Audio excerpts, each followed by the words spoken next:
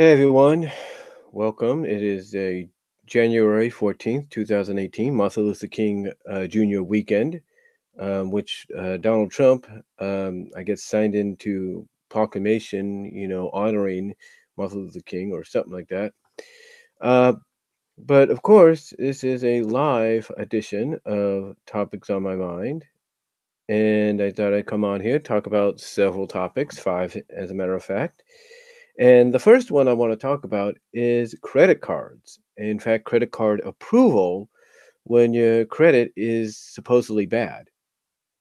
Now, I don't know exactly what happened. I don't know if maybe my time was up when it came to my bad credit or I built my credit back up just enough. But yesterday, me and my mom were at the veterinarian because we had to take her cat in to be looked at. Thank God the cat's okay. She's doing fine. I'm looking at her right now. She is sleeping. She gets up and eats. She's good for her age. She's very good. Thank the Lord. Um, but we went there, and my mom had talked to my second oldest sister about something called care credit. And she said, maybe you should use this. She even asked some of the ladies there, the receptionists, the doctors, and they said, yeah, go ahead and do it. It'll work. It'd be better instead of being on a payment plan. So my mom went and did this. And, well, of course, me being stubborn as I can be sometimes and being big headed and, all of us are like that at times, when we're stubborn about doing something big headed, da, da, da. It has to be inherited from family somewhere. I don't know what side. Um, but anyway, I was a little stubborn at first, but I finally relented and said, okay, we'll do it on my phone. So we went on my phone, went to Care Credit, and put in the information that was needed, and my mom got approved. She got approved for a good amount, and we were able to use that towards helping our cat, possibly with our dog in the future, maybe even us, from a health standpoint, dental, physical, you name it. Um, eyesight, you get the idea. So we did that, and my mom wanted me to get on it as well. My mom said, "Why don't you try it?" So I was like, "No, I don't want to try it because I was convinced my credit was still bad." You see, last year at my job, one of my associates, who is great, she and another girl are just terrific when it comes to getting people to try to sign up for a credit card. You know, depending on the promotional period of said credit card, they do. I don't know what it is they have, but they somehow are able to convince people to try. And I've had that success as well. Not like them. I will say this, not like them, but I've had my success when need be. So anyway, I tried and I didn't go through. Now I don't know if maybe because I punched in a number wrong, maybe I punched in an address wrong. I don't know, but it didn't go through. So basically, I decided, that's it. I'm not going to try again. So to prove to my mom that I was not going to get approved, I decided to go on Amazon. I go on Amazon, I check out the credit thing, and I'm thinking, okay, I'll just do this to show her I'm not going to get approved. So I go on there, put in my information, and lo and behold, I get approved. And to my surprise, I was like, really? I'm approved? Because when I saw what they gave me, I was like, really? I get this and this? What? I don't know what happened. I don't know what happened, but apparently that's what occurred. And now I have that in my possession.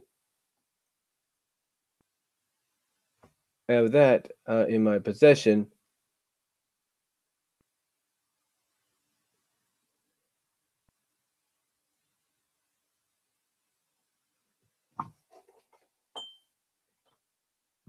Oh, huh? Looking at something. Huh. That's weird. No, I was just looking at the battery life there on my computer, so I hit the mic there. But yeah, I was like, really? I'm approved? How can that be? So my thought process was, okay, maybe it's just because it's Amazon, maybe because it's not Visa related or MasterCard related. Maybe that was why. I don't know. But I mean, I even changed the middle initial of my name. And I'm thinking, okay, it's not nothing's gonna happen, but it did. So yeah, it was a surprise to me that I ended up getting the credit. Now my family has suggested I keep trying for the other one, the care credit, and I'm going to, but I don't know how long I have to wait. Whether I can do it today, maybe in a little bit, maybe tomorrow. I don't really know. Um, but yeah, it was really surprising. And I'm not sure if I'm the only one out there that was hit by this. I mean, I know there have been several people that I've tried to get to sign up for a credit card at my job that, would tell me, okay, I'll try, but nothing's probably going to happen. And much to the surprise, oh my gosh, they get approved. So I'm thinking maybe it was a certain time limit. Like, I don't know what the time limit is when it comes to, um, bad credit or anything. So I don't know what the time limit is. Like how long do you have to wait? Because I know it goes all the way back to when I wrote some bad checks and everything, and I had to pay those off, courtesy of my bank and my social. I had to, like I said, I had to pay those back. Courtesy of my social, things like that. So,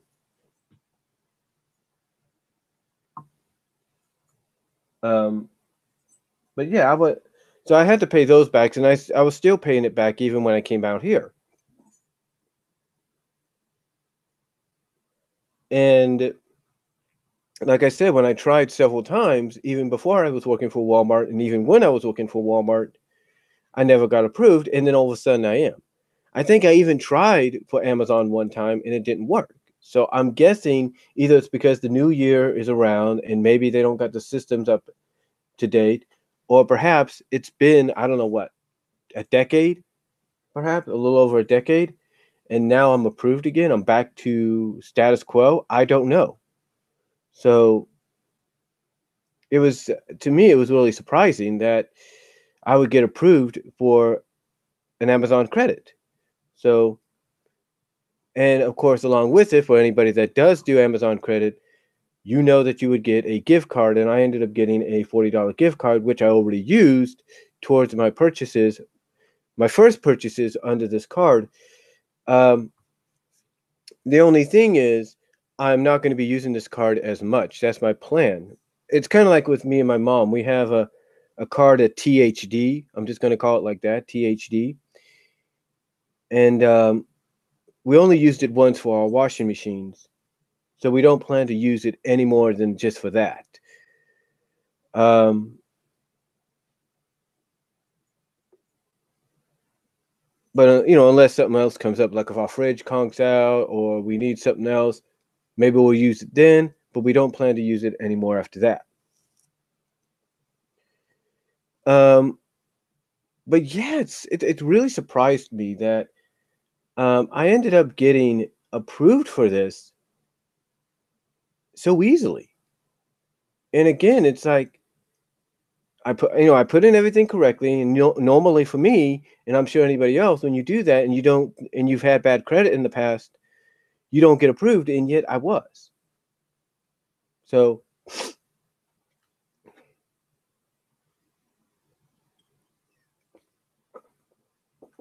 I guess God works in mysterious ways. I don't really know.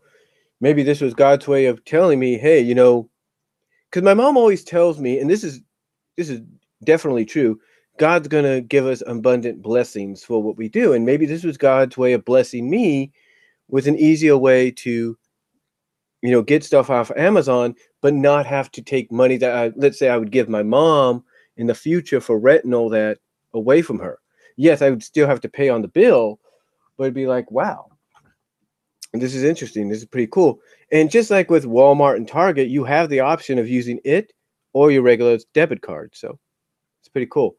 But again, it just really surprised me, and I want to know. I want to know if anybody out there has had that same situation. It's like, have you gone through it?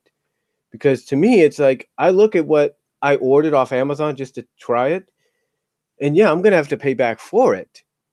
There's no doubt. Even though I will own it in a sense, I will have to pay back for it, or else I'll be in debt, and I don't plan to do that. My plan is when I get my bill, is to automatically start access to my bill and everything. I'm just gonna pay it.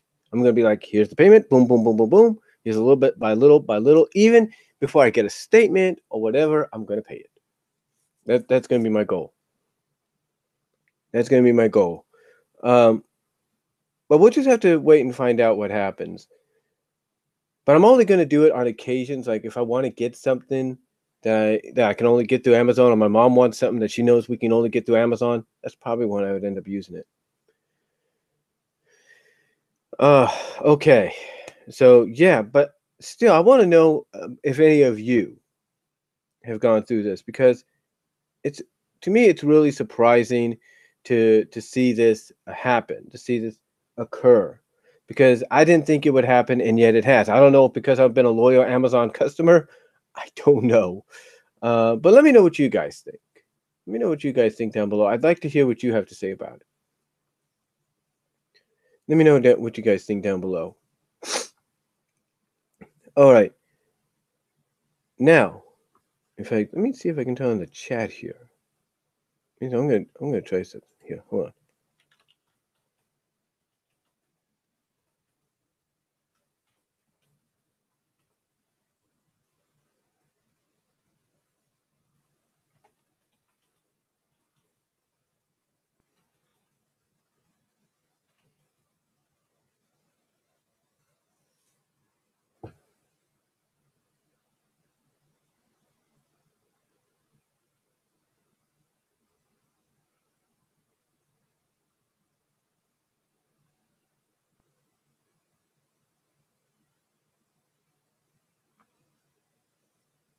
Let's see.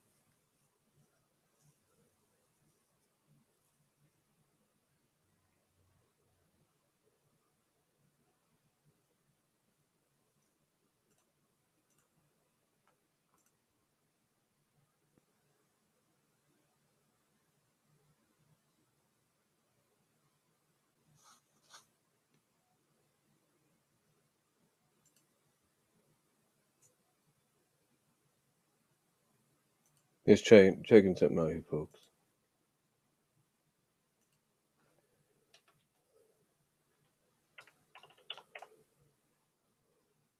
Here we go. But yeah, basically, it just really surprised me that I was able to get that. But anyway, let me know what you guys think. What are your thoughts on that down below in the chat? Let me know what you guys think about it. Hold on for a sec. Let me know what you guys think in the chat down below. Hold on.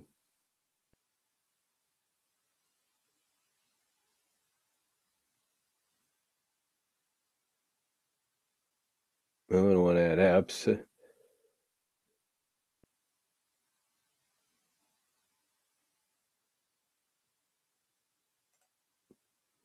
But yeah, let me know what you guys think down in the chat, in the comments or in the chat section.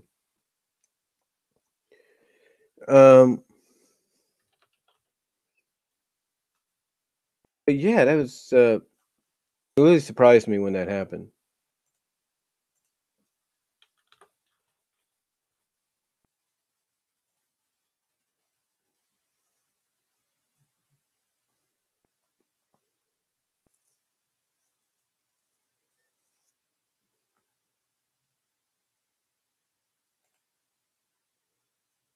Let's see what this says.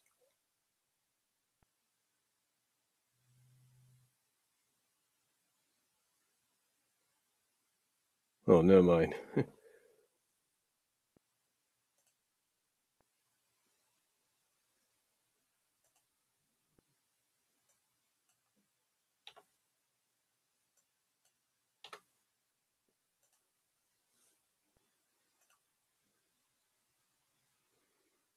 Yeah, but let me know what you guys think down below and in the chats. All right, second thing I want to talk about. Second thing I want to talk about here bar is Impact Wrestling and upcoming this Thursday. Now, for anybody that knows me, they would know that I, OTRS Central, the Select Daddy, Dilex Man of Dilex Man's World, Chase Oliver, NoDQ.com, you know, um, Andre Colbell, One Wrestling, Bill Apter, and all them. We're all wrestling fans. We've been wrestling fans for years, generations, you name it. And for a lot of us, when a wrestling show or any kind of show pre-tapes what they're going to do months, if not weeks in advance, nowadays with the internet, it pretty much will get out there before it even airs. Heck, it even happens with movies.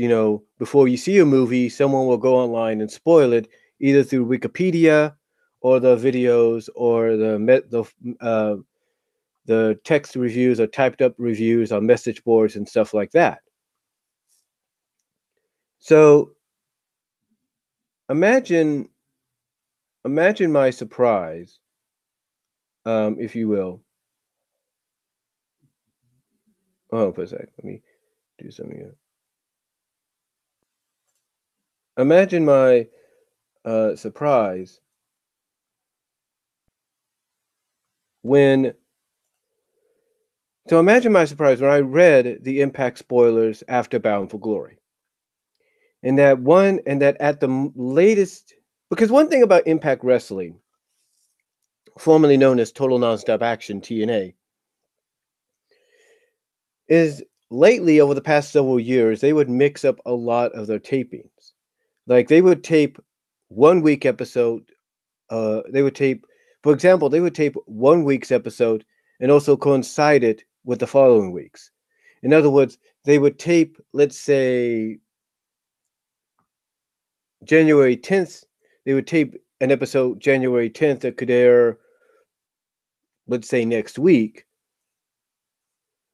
And they would also tape several matches, if not segments, for the following week. So they've been known to do that. So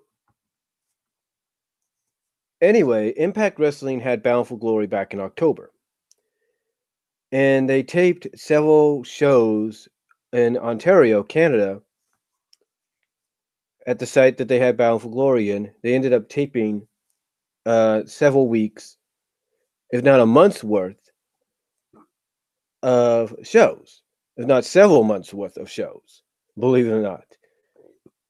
And I mean several. Actually, about 2 months, about 2.5 months worth of shows. So imagine my reaction when I read in the spoilers, just like anybody else, that one of the matches at presumably the final taping in Ontario, that one of the matches was a match that helped put TNA on the map as being different than WWE, Ring of Honor, and probably any other organization except for Combat Zone Wrestling, CZW. And that was the Barbed Wire Massacre. Now, in case you guys don't know what Barbed Wire Massacre is, it is basically Impact Wrestling's interpretation of a barbed wire match. But instead of 4 sides, it's 6 sides. And the barbed wire they use in the initial match was very sharp. It's the kind of barbed wire that you stick your hand on and like, holy crap, you got to go to the hospital kind of deal. That kind of barbed wire. Now, they did kind of mixed it up a little bit in the second Barbed Wire Massacre. Like, you could tell they kind of toned down the barbed wire, but they mixed in the same kind of barbed wire they used before. Now, this one that's upcoming, from what we have seen in the previews, from what we have seen in the previews, is apparently going to be the same way. It's going to be a mixture. But it looks like it's the kind of barbed wire that would cut you deep and make you bleed. Now, from what I read in the spoilers and from what people said, this is a match that if you like violence, if you like the occasional death match kind of style, if you like that old hardcore blood and guts kind of environment, this is the match for you. Now, what's funny is now that we have gotten to this point, how is this going to be seen? You see, when I read the results, the spoilers, I was like, oh crap, this is going to be on Pop TV. But now, the closer that we've gotten to it, there's been rumors going back and forth that Pop TV, um,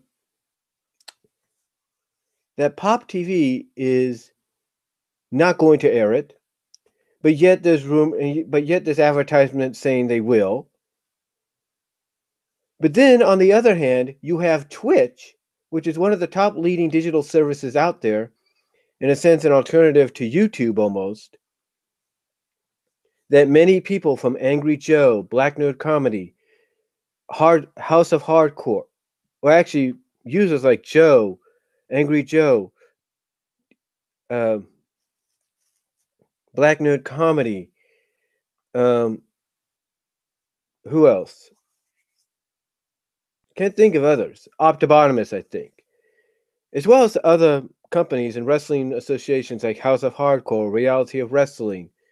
They all use Twitch to expand their the companies, their business, their channels, and the product, what they want to share. And apparently Impact Wrestling has made a deal to where now you're going to be able to view them on Twitch. And I don't know what this deal is consisting of. I don't know if it's going to be like with WWE's network where you'll get exclusive content there, like exclusive matches that you can only see on the network. I don't really know.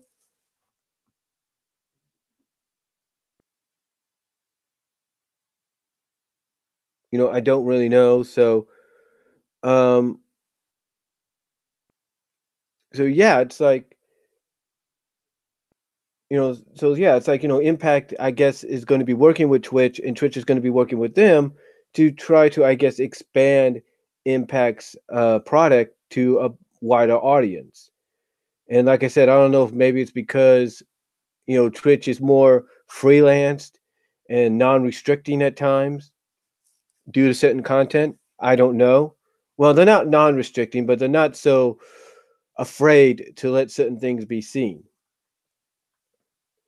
So I don't know if that's the reason for the deal, and I don't know if maybe this is part of the deal to where, apparently, according to Conan on his Twitter, Pop TV has basically come out and said that Barbed Wire Massacre is way too violent for television, for their network, and that they're not going to show it, and that you can only see it on Twitch. Really? So you're telling me people that tune in to see this match on Pop TV are going to have to switch over to Twitch on the Roku, PS4s, Xbox, whatever devices to watch the match? Is that what you're saying?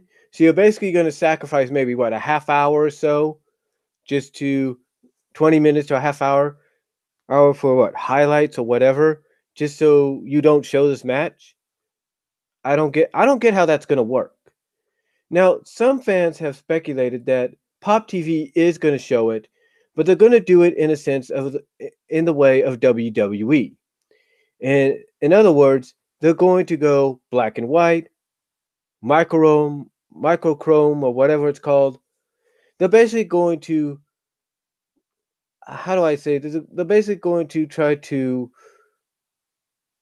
if they show it, they're not going to try to show the blood as red and all that. Basically, it's more like they're going to try their best to censor it, but in a way that you could still see the blood, but it's not colored blood.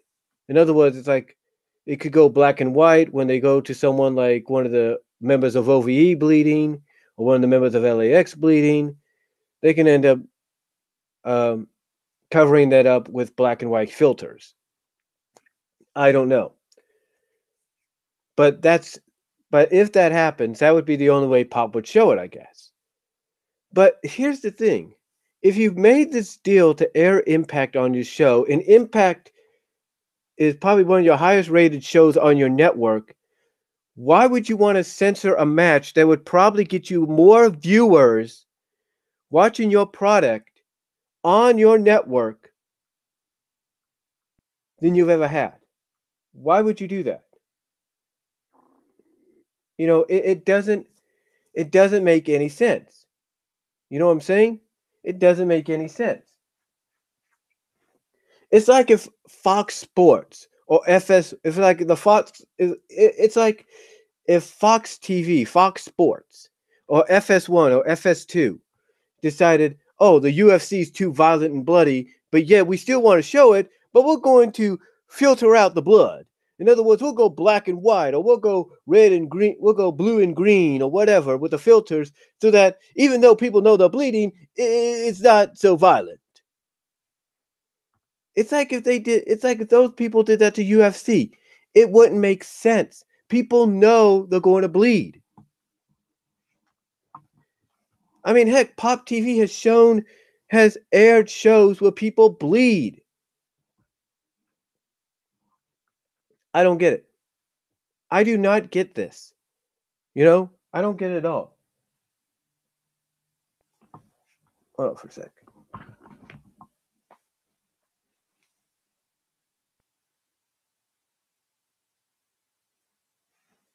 Just checking something. But like I said, I don't get it at all. It doesn't make sense. It's like if you go to the theaters and you want to watch, let's say, a horror movie or a thriller movie or a suspense movie that you know is going to have blood, maybe some mutilation, even if it's PG-13 or even downright R, you know for a fact, okay, you know for a fact that if the studio released that, okay, you know for a fact that if you went into a theater to see a movie that's going to have blood in it, you know for a fact that the studios that will release and distribute that film are not going to go out of the way and say and send basically a filter to the theaters and say, oh, by the way, put this in front of your camera, and they're gonna in front of your lens, and they're gonna ask why, and you know, theater people are gonna ask and wonder why, and then along with the film on the USB drive as well, the filter, they get a note that's saying, oh, this is to they get the filter that says, oh, by the way, this is to put over your lens so that when things get bloody, people don't see the blood straight out or anything. It's filtered, it's censored. It doesn't make sense. It's like if they decided with the 50 Shades series to black bar a lot of the nudity in that film while it's in theaters. What sense does that make? It doesn't make any. It wouldn't make sense. If you're paying a theater and a theater is paying you back with the box office revenue to show your film, it doesn't make sense to censor out certain bits or certain scenes and stuff like that. The same with Impact Wrestling and Pop TV and Anthem Sports. Anthem is paying Pop. Pop is getting big revenue in return because Impact Wrestling is one of the highest rated shows. So it doesn't make sense for Pop TV to come out and say, Barbed Wire Massacre is too violent. We're not going to show it. Or, yeah, we'll show Barbed Wire Massacre, but we're going to censor it with filters so that even though you know they're bleeding, it doesn't really show up. That doesn't make any sense. I mean, what are you going to do? Are you going to go old school WWE?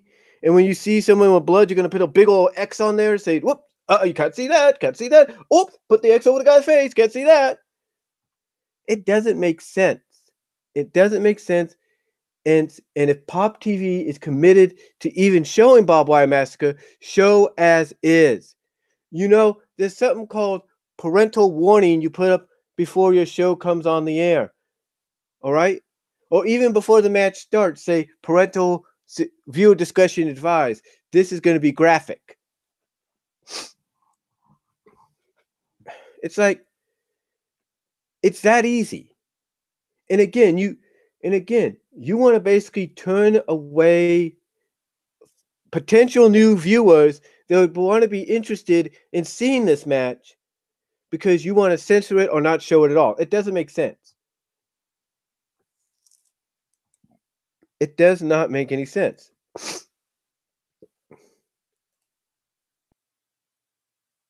You know, and I can understand maybe you want to get your partnership with Twitch off on a high note by saying, "Hey, we're going to give you the exclusive on Barbed Wire Massacre. You guys are going to be the ones that show it, and it's going to be on uncensored and all that. You guys can do it." It's like, okay, I can understand you want to get that partnership off on a high note, and this is one way of doing it. But removing a match, but allowing Pop TV, the people that broadcast your show, your product, to either censor, filter censor, or remove said match after they have advertised it,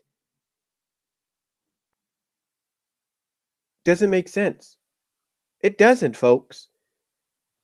And if I'm Pop TV and I want to keep this deal going with Anthem and Impact Wrestling, then I make the right decision to show this uncensored and on the air.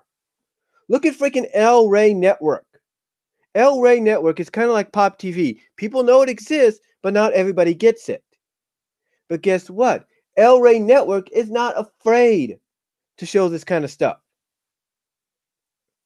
So Pop TV shouldn't be the same way. Besides, if you're going to air it at what, the 9:30 time slot around then, it shouldn't be a problem because a lot of freaking kids are going to be in bed.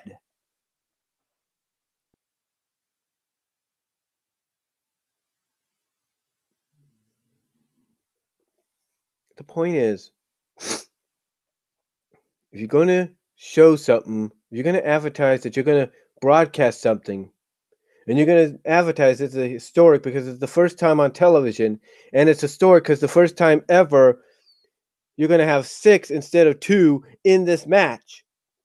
A match that hasn't been done in almost a decade. Then why not follow through on it and not chicken out? I'm just saying. Folks, because if Pop TV wants to get more viewers onto the Impact Wrestling product, it makes sense when people hear, oh, it's gonna be a freaking Barbed Wire Massacre match or a Barbed Wire match in a 6-sided ring. I gotta see that. Oh, with 6 people, I gotta see that. You keep it as is. You don't alter it. You don't censor it. You keep as is. And if you have to, you throw up the freaking warning before the show begins or before the match begins, saying this is going to be graphic and viewer discretion is advised. That's what you do. Heck, you have freaking Sami Callihan saying that before the match, doing the promos for the match. I'm just saying. Just saying. Okay? Anyway, thought I'd just talk about that. Get that off my chest. Third topic. And I'm looking at my modem right now, and apparently our phones are working right now as we speak, but I don't really know yet, so I'm gonna test it. Take my phone off. Apparently we got a message.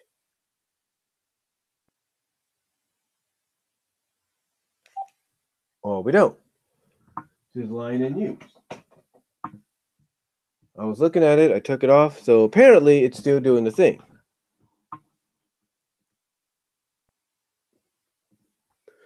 Anyway, let me ask you something. How many of you have either Xfinity, AT&T, Sub, Cablevision, whatever, Verizon FISO? How many of you have a package that gives you phone, television, and internet? Because if you do, let me ask you this. How many of you have dealt with a situation where the weather is possibly the culprit behind certain situations? Let me ask you that. How many of you have dealt with that? How many? Probably a lot of you, right? So, if a lot of you have dealt with that, let me ask you this. Has the weather ever affected your phones to where your internet and your TV and even your home security is still working, but yet your phones are on the fritz? Your phones have static or have no dial tone, or in some cases, tell you that the line is in use, but it's not. How many of you dealt with that? I'm pretty sure a lot of you have. Now, you probably have gone, now, it looks like it just repaired itself. I'm going to pull the thing up.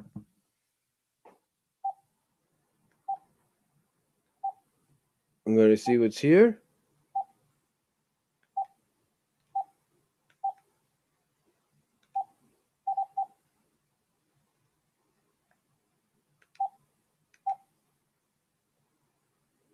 All right.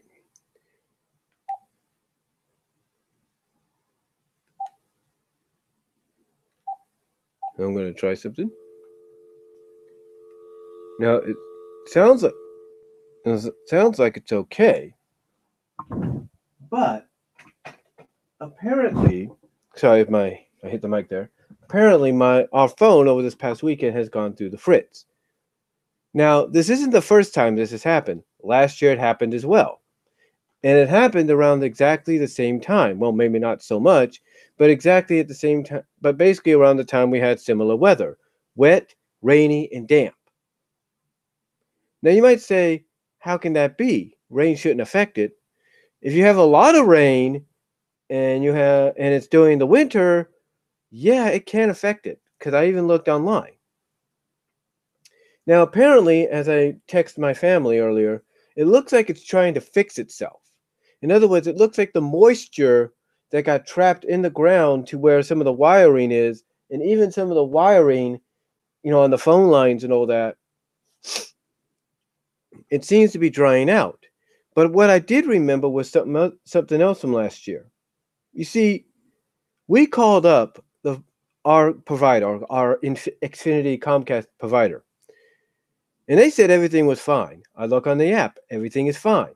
I sent them a signal to troubleshoot the modem to see if that would work. Didn't. So what could be the problem? Well, I remember one guy told me last year that it's possibly the landline. It's possibly that possibly it's the wiring in the house, or it's possibly the moisture. Just like what it said online, that there is some kind of moisture that needs to dry out. It needs to drain, needs to dry out, and it might be affecting things.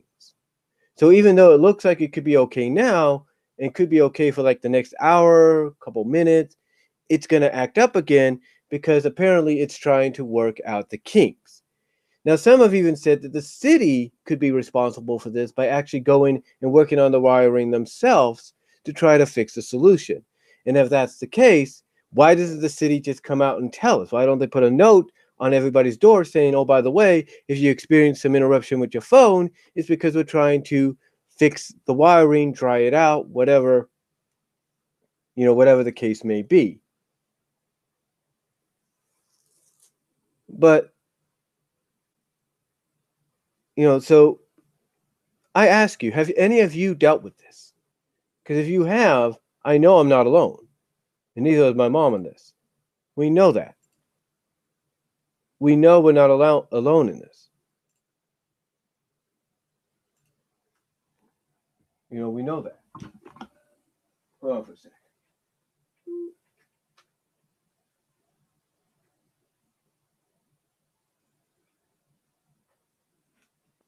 Again, like I said, we know we're not alone in this.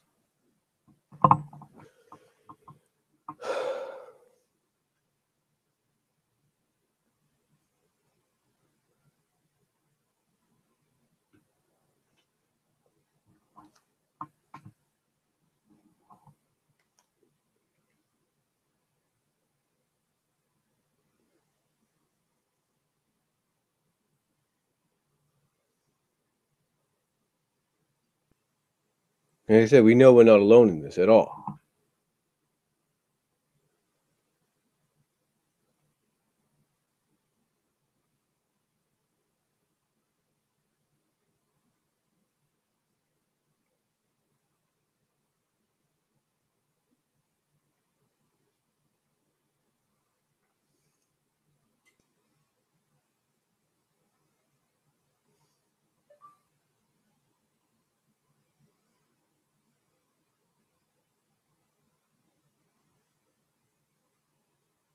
I'm just checking the live chat here. Like I said, it shows that if any of you have dealt with this before, it shows that we're not alone here. But the point I'm trying to get at is, if anybody else has dealt with this, let me know in the comments or in the chat on the side or down below. Because it's like, why would cable companies allow this to happen is beyond me. But if it's not the cable company, because when I look, like I said, I look on the app and everybody else, and again, last year people have told me the same thing. It's like, if it's not the cable company, then why doesn't the city say, oh, by the way, or the town that you live in say, oh, by the way, hey, due to this upcoming weather, you may experience, some spells or periods of your phone being on the fritz or your internet being on the fritz or whatever.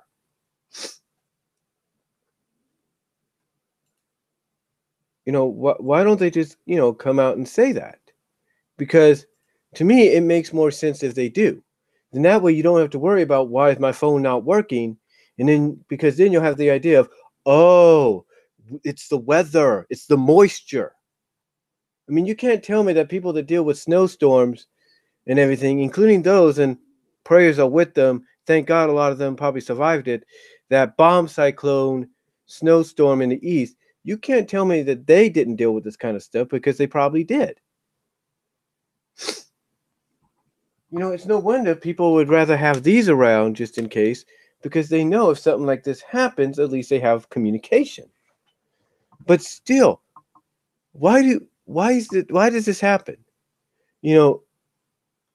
I wonder is sometimes when people build houses, like this house we live in, thank the Lord for it. We're the first ones to live in it. Who's to say that the person that built this house didn't build it on an area that gets a lot of moisture? So in other words, when it rains, the moisture is more subtle here and makes the earth beneath the house shift a little bit more. How do I know this? Because recently me and my mom had a leak fixed under our kitchen cabinet, because there was water leaking into the cabinet. We didn't know from where. So we told the guy that owned the house, or built the house and owns it. We said, hey, this is going on. And he even said that he wasn't thrilled with the contractors that he had hired to build the house, put the piping in. He wasn't thrilled with what they had done, what the piping or whatever they had put in. He wasn't thrilled by that. So he sent two guys over to repair it.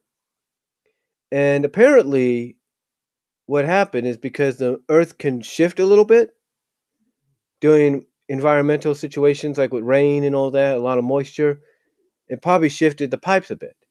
So that's probably what happened here, is the moisture may have shifted something, or may have just caused something to be too moist to where it still works, but it's got to dry out. It's like if you use an electric toothbrush. If you use an electric toothbrush, it still works because the batteries are covered. But if you have the battery covered uncovered and the batteries get soaked as well as the prongs and all that, it's not going to work. And if it works, it needs to dry out. Or it's like with me in the past and anybody else in the past.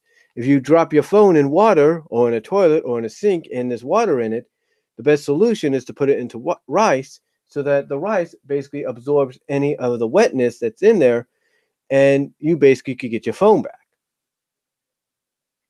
to decent working condition. That's basically what I look at here.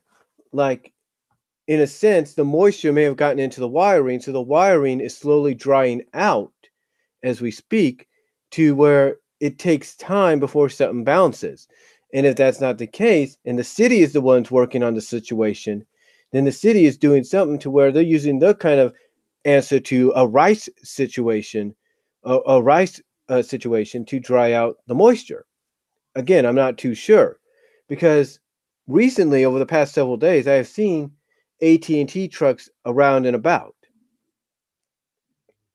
So it makes me wonder, if at&t was out there fixing some of the wiring on the phone lines because of the moisture. I'm not really sure.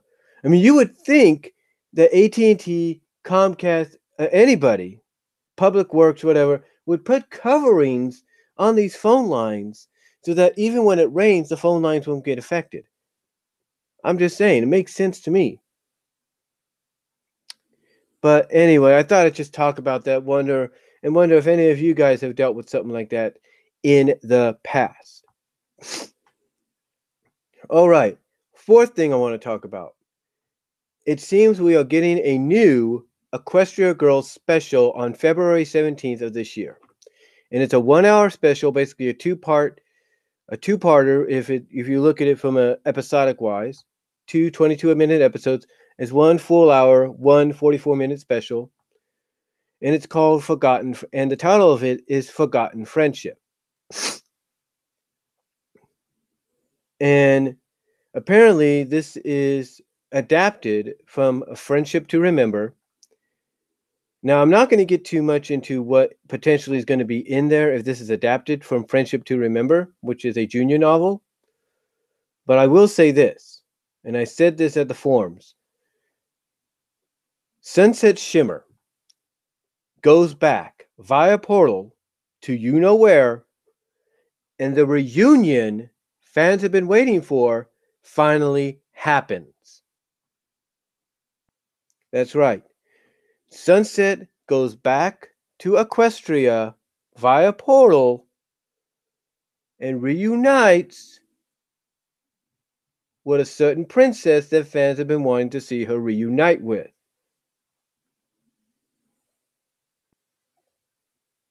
So yeah, she will head back in this special if that portion, which I believe it's going to be, gets adapted into the special from the book. Now, this obviously is a good sign to say that, hey, DHX is listening to the fans. They're hearing the fans out. They're saying, hey, look, we want to see certain moments happen in Equestria Girls as well as in Friendship is Magic. And it sounds like DHX is listening to them by adapting this story into an animated special, because the story originally has the moment fans have been waiting for, and now they're going to get it in physical animated form. Now, Silver Quill of the Rift Cafe has pretty much done this through his own little video. So now we're going to get it front and center in this animated special. And I can guarantee you this, if Discovery Family was hoping for big ratings when it came to My Little Pony or anything related to My Little Pony Friendship is Magic, I think they're going to get some big ratings and viewership with this special. They are, because fans are going to, once fans hear about what potentially is going to be happening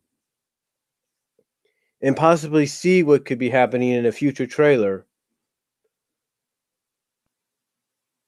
then there's no doubt in my mind they're going to want to see it. Let's just hope this doesn't get leaked along with everything else that's been leaked, because DHX has gone through a lot of that over the past year. But yeah, Equestria Girls is going to get a 1 hour special on the 17th of February, and it's going to be adapted from the Friendship to Remember book. And apparently, the moment in Friendship is met in the Friendship to Remember book possibly is going to get incorporated and adapted into this special as well. And that's a moment, like I say, a lot of fans have been waiting for. They've been waiting for it for years, since Equestria Girls began, since Sunset Shimmer came to be, and now the moment has arrived. The moment has arrived, and from what it sounds like, we're going to possibly spend not much, but a significant amount of time with Sunset in Equestria. Yes, Sunset in Equestria, pony form. You're going to get a significant amount of time. Maybe not like a whole bunch, but it sounds like to me, if this is going to be incorporated into the special, you're going to get a decent amount of time with her there as well. So it's going to be really interesting to see how they adapt the story. Maybe I should look into the story myself down the line, because this is a moment, like I said, if it's a full adaptation, that fans have been waiting for since the beginning of Equestria Girls spinning off from Friendship is Magic. So hopefully we get that, and fans will be happy with what they get. All right. Next up, final thing I want to talk about today, of course, was the final day for the divisional round, the second round, if you will, of the NFL playoffs. And just before I came on, I saw the ending to New Orleans and Minnesota. It's a classic. Ended in basically classic Hail Mary, almost, let's just say it, Hail Mary fashion, as the Vikings ended up beating the New Orleans Saints 29-23 in basically the last 25 seconds of the freaking game. Well, sure, yeah, basically the last, I think, what was it, 15 seconds almost of the game. But yeah, Minnesota ended up winning. They will now go on to face Philadelphia, and the winner of Minnesota Philadelphia will face the winner of Jacksonville, New England. But the reason I want to talk about this is because Minnesota has not been to the Super Bowl since, when was the last time? Let me check. Let me check here. When was the last time they went to the Super Bowl?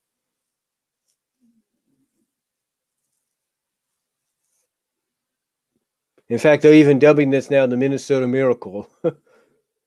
Let me see here. Wikipedia. Here we go.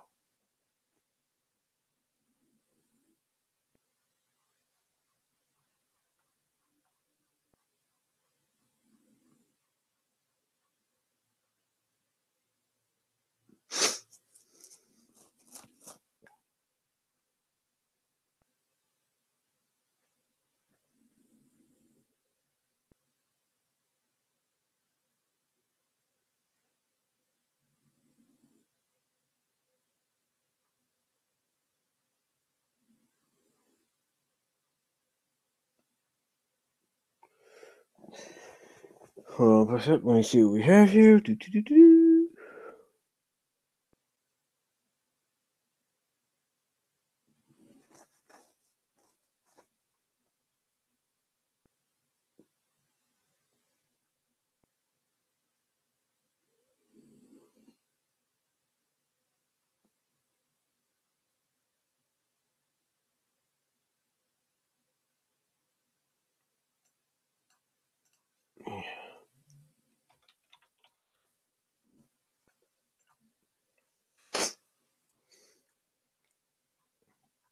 You look at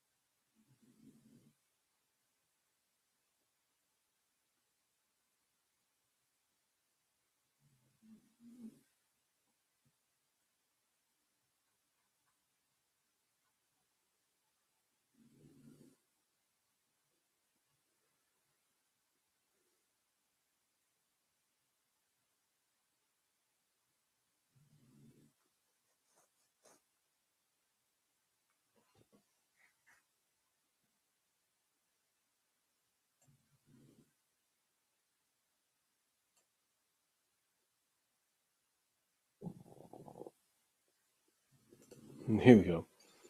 So I'm just looking.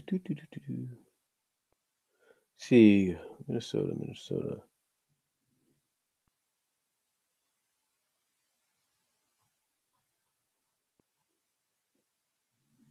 Well, Minnesota has been to the Super Bowl. They just never won it. The last time they were there was 1977, the year my sister was born. I think. Let me check. Yeah, that was the last time they were there. It was when my sister was born. The year my sister was born anyway.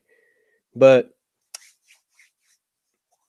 yeah, but yeah, Minnesota, they have a chance to make history. They even, I was just looking at the Super Bowl Wikipedia history or stats of the Super Bowl Wikipedia page, and someone recently added that Minnesota is now within one win of doing something that no other team has ever done, and that is make history. How is that? How is that possible? You might ask.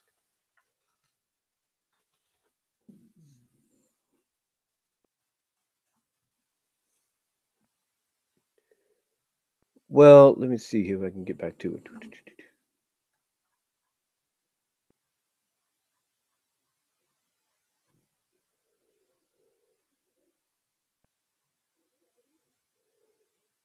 It says, this is what they say. This was recently added. It says, no team has ever played the Super Bowl in its home stadium. The closest any team has come is the 2017 Minnesota Vikings, who are within one win of playing Super Bowl 52 in US Bank Stadium. Two teams have played the Super Bowl in the home market. The 49ers, who have played the Super Bowl 19 in Stanford Stadium instead of Candlestick, and the Rams, who played Super Bowl 14 in the Rose Bowl instead of Los Angeles Memorial Coliseum.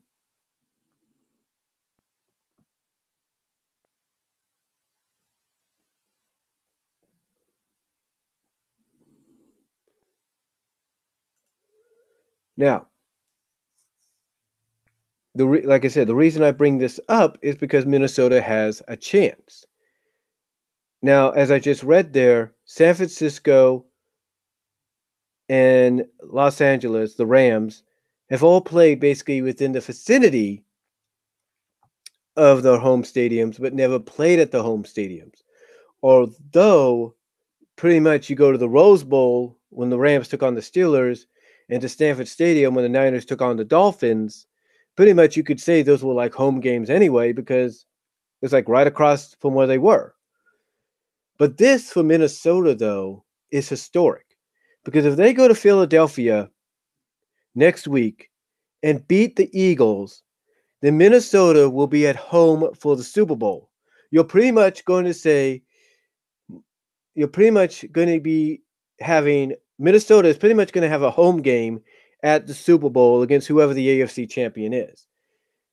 Instead of just saying, oh, it's Jacksonville versus Minnesota, it's going to be Jacksonville at Minnesota. Or instead of New England versus Minnesota, it's going to be New England at Minnesota. That's what it's going to look like. And if that happens, that would be historic, but it also could be troublesome because you know for a fact that when those Super Bowl tickets go on sale, which they probably already have, you can almost guarantee that a majority of those tickets, had they not been gobbled up by now yet, are going to get gobbled up by Minnesota Viking fans. And the fans in Minnesota know that's true. For those of you guys watching me in Minnesota, you know that's a fact. You know that if your Vikings win, you guys are going to be jumping at the gun, if you will, or chopping at the bit, I should say, to snag as many Super Bowl tickets as you can. Because even though you have tickets season long, even though you have season long tickets, I think that's what they are. Even though you have home season tickets, unfortunately, the home season tickets, I don't know if they do or not, include the Super Bowl. If they do include the Super Bowl, then hey, or more power to you. More power to you. But I don't know if it does. Let me see something.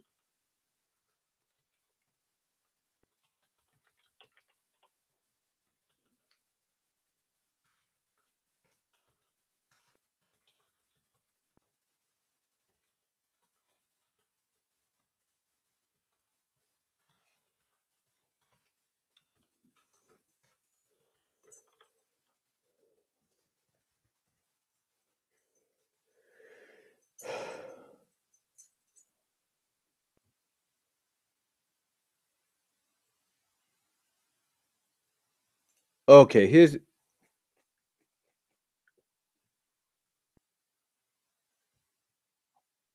all right.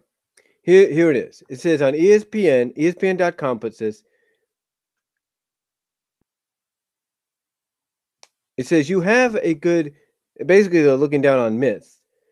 The number 8 that they have on the myth here is you have a good chance of obtaining a face value ticket if you are a season holder of one of the Super Bowl teams. Unfortunately, this is not true. Or this is the myth. Number 8 myth is you have a good chance of obtaining face value ticket if you are a season ticket holder of one of the Super Bowl teams. Unfortunately, this is not true. The Super Bowl is the only championship of the 4 major sports for which season ticket holders do not have the right to purchase seats. So what that basically means is if you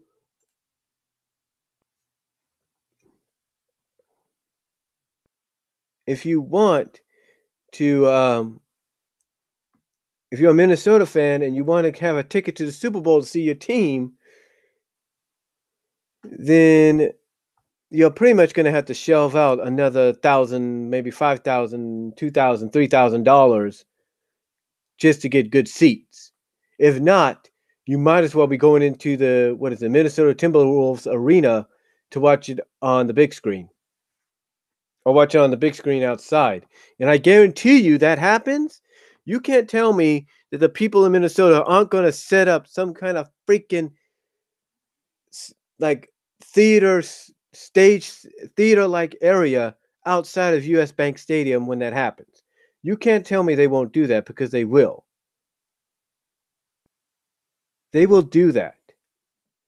But that's only if Minnesota makes it. And right now, Minnesota is one game away from getting to the Super Bowl. And if they do that, again, it's not going to be versus. You might as well. And again, if that happens, you could take versus out of the equation and just put at in its place because that's what's going to happen. Whoever wins the AFC Championship game is not going to be versus Minnesota. They're going to be at Minnesota. And again, Minnesota would have history in the making, would be making history by doing so because they don't have to worry about going to another city or another state or another stadium to play in the Super Bowl. They'll just head home, practice in the home facilities, and not have to worry about purchasing tickets for a hotel and all that. They have all the comforts there. And I can only imagine whoever the AFC champion is, that right now, Jacksonville, New England, they have to be thinking in their minds, holy crap, there is a chance that we are going to get booed out of that freaking stadium the moment we arrive for that game. They got to be thinking, we're going to go possibly into Minnesota to play the Super Bowl, but it might as well be us playing a regular season game because we're not facing some other team from the NFC. We're facing a home team in Minnesota.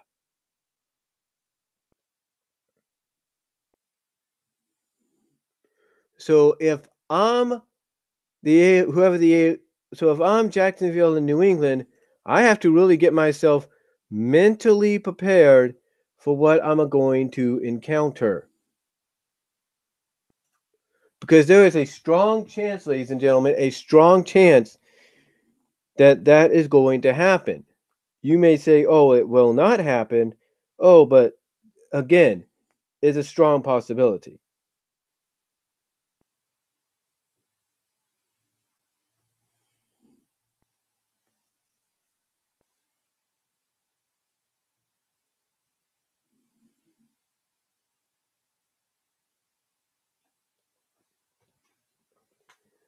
Again, like I said, it is a strong possibility. But let me know what you guys think down in the chats right now, because I got some people talking to me about MLP.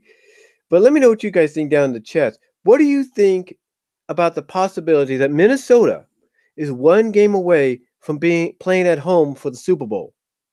And we're not talking like playing in a stadium outside of Minneapolis. No, we're talking right in US Bank Stadium. How do you think that will feel for whoever the AFC champion is going into that environment, knowing that it's not going to be versus, it's going to be an at environment? They're not that even though they could be the designated home team, they won't be. What are your thoughts on that? Let me know what you guys think down below, because honestly, to me, the possibility is right there in front of them.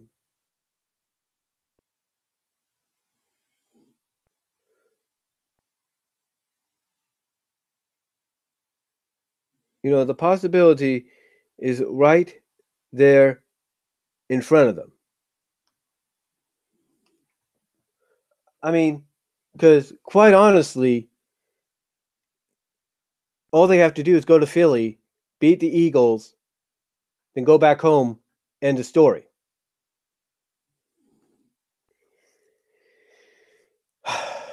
And to me, you couldn't write a better ending for a story for a team that has not been to the Super Bowl in 41 years. 40 years. It's been over 40 years. It's going to be 41 years. They have not been to the Super Bowl. So just imagine the historic, just imagine the historicness of the situation. One, again, Minnesota wouldn't be playing at another stadium or venue within the region. They'd be playing in their home stadium. That is crazy. That is crazy. And it's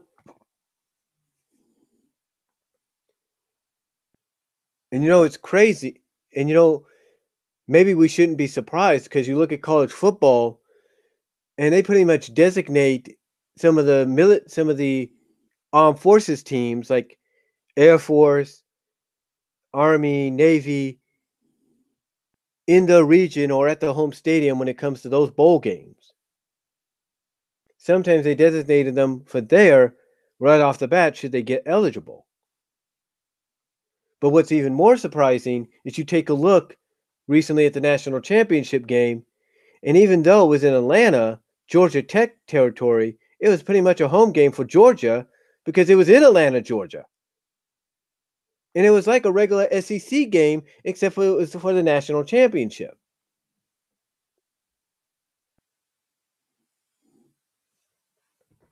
The point is, the same situation could happen here. Minnesota could end up winning on next Sunday, going back home for the Super Bowl and playing at home on their home turf. And even though it would be the Super Bowl, it would be for the World Championship of football. It would be like a home game for Minnesota. It is basically literally a home game for Minnesota. Because like I said, you take the versus out of the equation, you put at in its place, and that's what you're getting. The only way you're going to have it versus,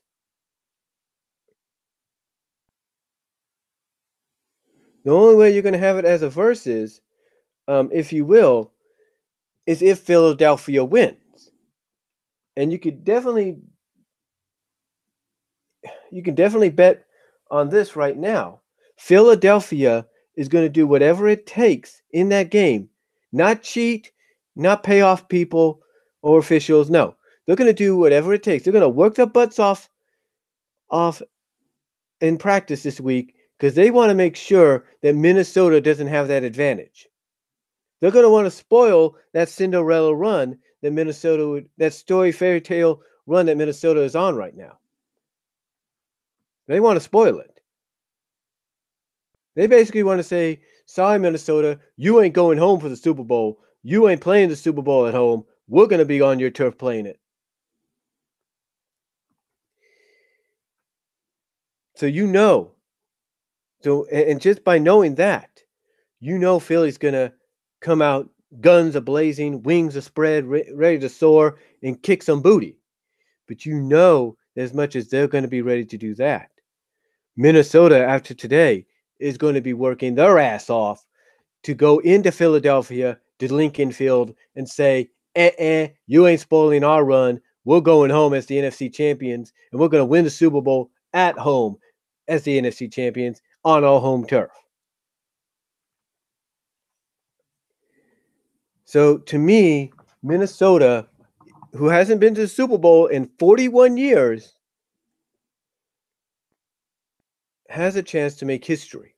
Because not only do they have a chance to make history by becoming NFC champions for the first time in 40 years, they have a chance of being the first team ever to play the Super Bowl, the World Championship of Football when it comes to the NFL, on the home turf. Not at some neutral site within the region.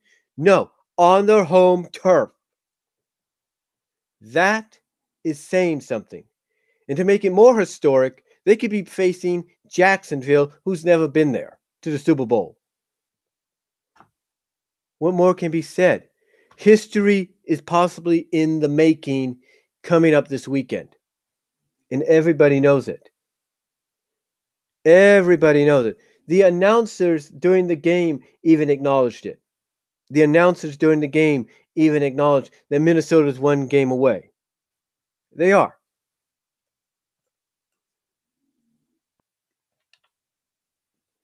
They are one game away.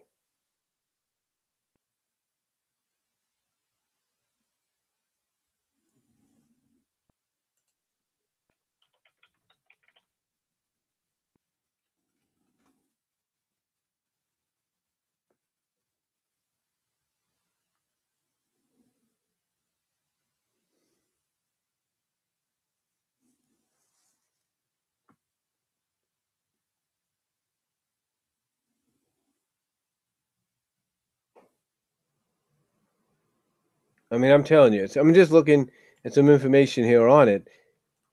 And again, they are just one game away. They are. And Schleg Daddy, if you do a video on this, I would like to hear what your thoughts are, because honestly, this is big business. It is. Now, I know, Jeff, you might say there's a downside to it, and it might take away from the prestige of a Super Bowl. But in a sense, you got to think about the fact that it doesn't. It's actually historic. Because people can come out and say the 49ers and, that the 49ers and who else did I mention? The 49ers and the Los Angeles Rams sort of had home games during the Super Bowl, but those were in neutral sites. They were in the vicinity, but in neutral sites and in neutral cities. Well, maybe Stanford not being so neutral, but you get the idea. And same with Pasadena, but you get the idea. They were in a sense, neutral sites. This is not a neutral site. Minnesota wins this. They're at home. They are at home for the Super Bowl.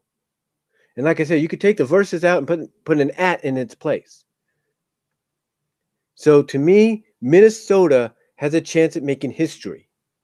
And you know what? As much as I might respect Philadelphia, and at one time I had a Philadelphia Eagles hoodie back when I was in high school. Someone gave that to me. I still don't know who. Well, I think I have an idea. But anyway, as much as I respect them, I'm all for Minnesota. I want to see Minnesota make history. I want to see history be made. That's the honest truth. I do want to see this I want to see this happen because I could just imagine. A lot of people saying that that the officials screwed the Titans against the Patriots. Okay, I want to see how the officials react to New England win the AFC Championship and face Minnesota in Minnesota. I want to see how the officials are going to react to a hostile Minnesota crowd. I want to see how they'll react because I could just see them getting ready to trying to make a call, and then maybe one of the officials looking at the audience like the audience having death in their eyes, like you make that call, ooh, and the guy will be like, no call, no call, no call, false alarm. I would just love to see that. I would love to see that. I would. But I think I just want to pull from Minnesota because I want to see them make history. I do. They deserve to make history. They deserve to. They deserve this moment.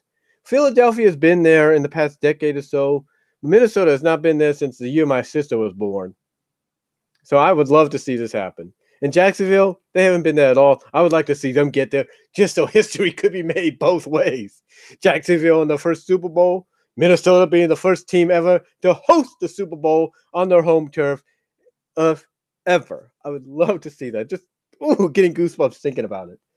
So, okay, that's all really I'm gonna say, folks. Let me check the chat real quickly.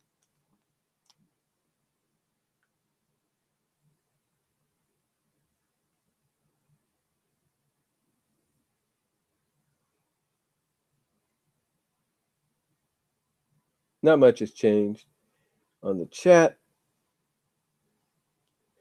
But I would just love to see that happen. I would love to see it occur.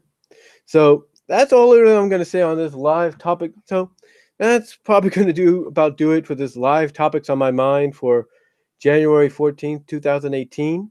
Thank you all for watching live. I really appreciate it. Thank you all for watching post live after this has been uploaded and already broadcast live. Let me know what you all think about my thoughts here. I'd like to hear from you. Jeff of OTR Central, I'd love to hear what you have to say on the possible Minnesota Vikings history to the possible historic Minnesota Vikings situation. And that's all I'm going to say, folks. So till next time, God bless. Take care. I'm out. Peace.